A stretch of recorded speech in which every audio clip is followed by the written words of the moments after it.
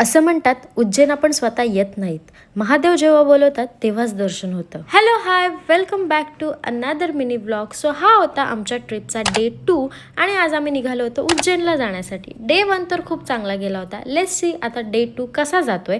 आणि मस्त असे सगळे इकडे रेडी झालो होतो. रेडी होऊन डायरेक्ट घेतला गरमागरम टी ब्रेक आणि फायनली आम्ही पोहोचलो उज्जैनमध्ये. ॲज युजल उन्हाळ्यात आलोय तर स्वागत तर उन्हानेच होणार.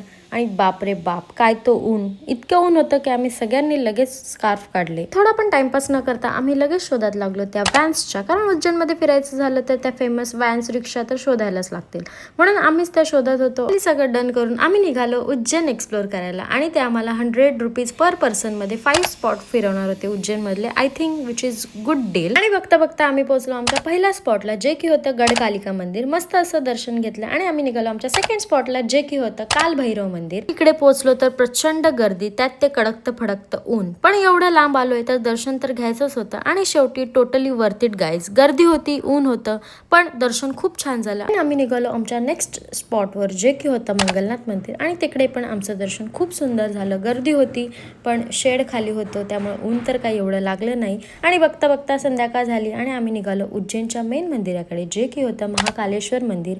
खरं सांगायचं तर या क्षणाची आम्ही सकाळपासून वाट बघत होतो आणि तो क्षण फायनली आला होता. म्हणतात ना, महाकालांनी बोलवलं तरच उज्जैनला जाता येतं. गर्दी होती पण आमचं दर्शन मात्र खूप सुंदर झालं होतं. आणि येस गाईज, अशा या सुंदर नोटवर आमचा डे 2 पण एंड झाला. See you in the next vlog guys. Bye.